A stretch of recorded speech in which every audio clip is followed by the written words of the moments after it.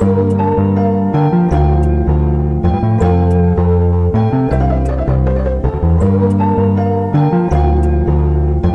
Production.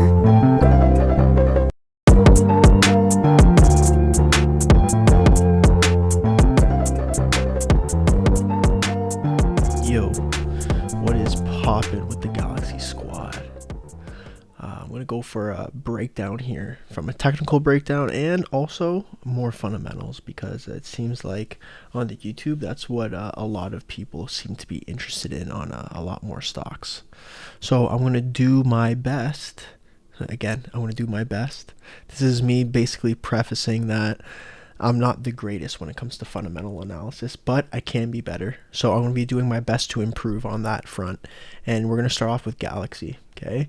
So before I get into the technicals, some things I think we should be aware of that might start coming into play here, right? So all the things that Galaxy did during the bear market to become a stronger company might start to play out now, right? Which is very interesting. So we had the Invesco Galaxy ETF approval. Boom, check, right? Why is that significant? I think that's significant because in order for this Invesco Galaxy ETF to get approved, it had to go through the SEC, which means I think this is a catalyst to basically increase the odds that the Galaxy uplisting onto the NASDAQ will happen, right? Why would they not uplist onto the NASDAQ? Why would they not get approval if they're approved for a Bitcoin spot ETF? These are the things, right? Again, it's still kind of like a gray area, but I do think that this is a large catalyst to help this come into place here, right? The odds of this happening become a lot more significant. Now, a lot of these ETFs that are going to get approved, they're going to need a self-custody platform. They're going to need to go somewhere for self-custody. A lot of them might not have that infrastructure in place already. Well, Galaxy Digital Holdings acquired GK8 self-custody solutions, right? So that's a massive play by Galaxy. Now, these guys are playing chess the more that you think about it. So think about it. If these ETFs are going to need self-custody, could they be going to Galaxy and their GK8 services to self-custody the Bitcoin that they're going to be inevitably getting for their ETFs, right? BlackRock, ARK21, Bitwise, all these 11 ETFs, where are they going to go for self-custody? Could they potentially go to Galaxy for that? Excuse me. Huge. That is huge. Another kind of fundamental catalyst I think is important to pay attention to on Galaxy is the fact that a lot of these ETFs are going to have to go OTC in order to get Bitcoin, right? There's going to potentially be a point where these ETFs, like, they might have to go directly to the miners in order to get Bitcoin because there might not be enough on exchanges or situations like that. I do think that with all the Bitcoin Galaxy owns and the other infrastructures they have in their system, they could potentially be going to Galaxy for that as well, right? So could they be going to Galaxy in the future for some OTC trading to get, again, to own some of the Bitcoin that they need to have in their reserve for these ETFs? These are kind of the few fundamental things that, I'm kind of very interested in.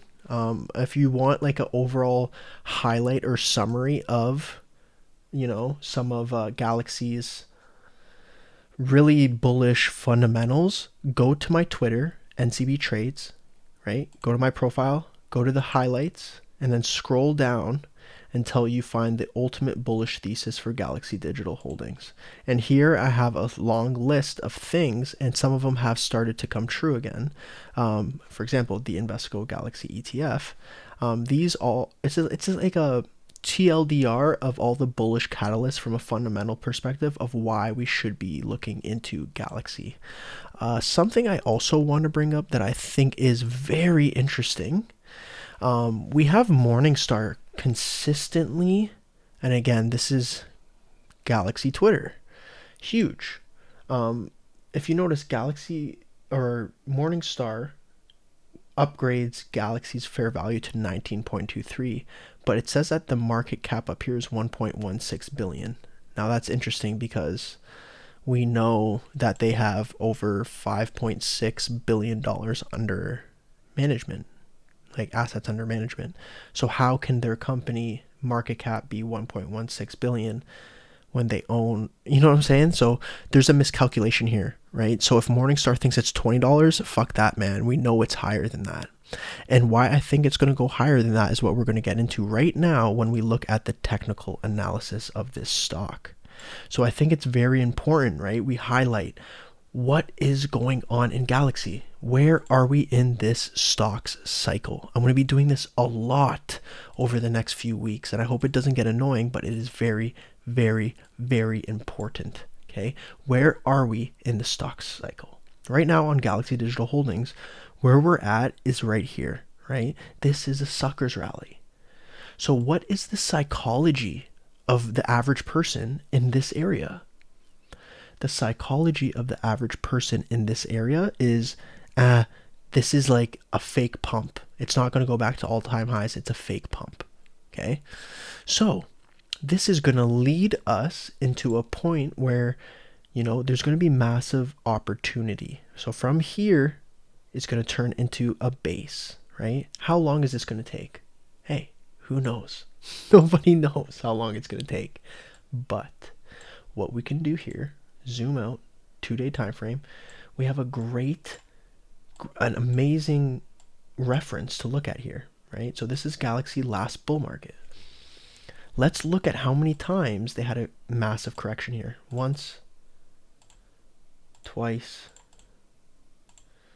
3 times, 4 times. That's good enough, right? Let's call it these 4 major times, right? This happened within, let's call it right here to here.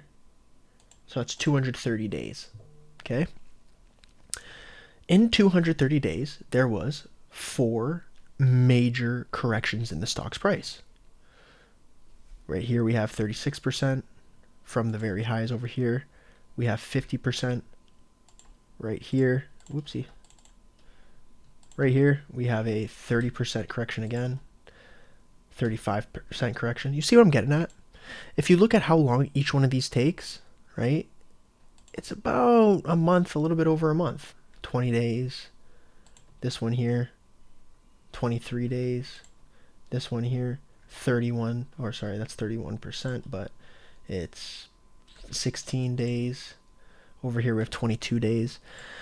Let's just be generous. Let's say 2 months, right? If we get I do think it's going to be shorter, but let's say we have 2 months. So like 60 days of consolidation, right? That'll bring us to late February from the very top that this made. Let's count this as the top here.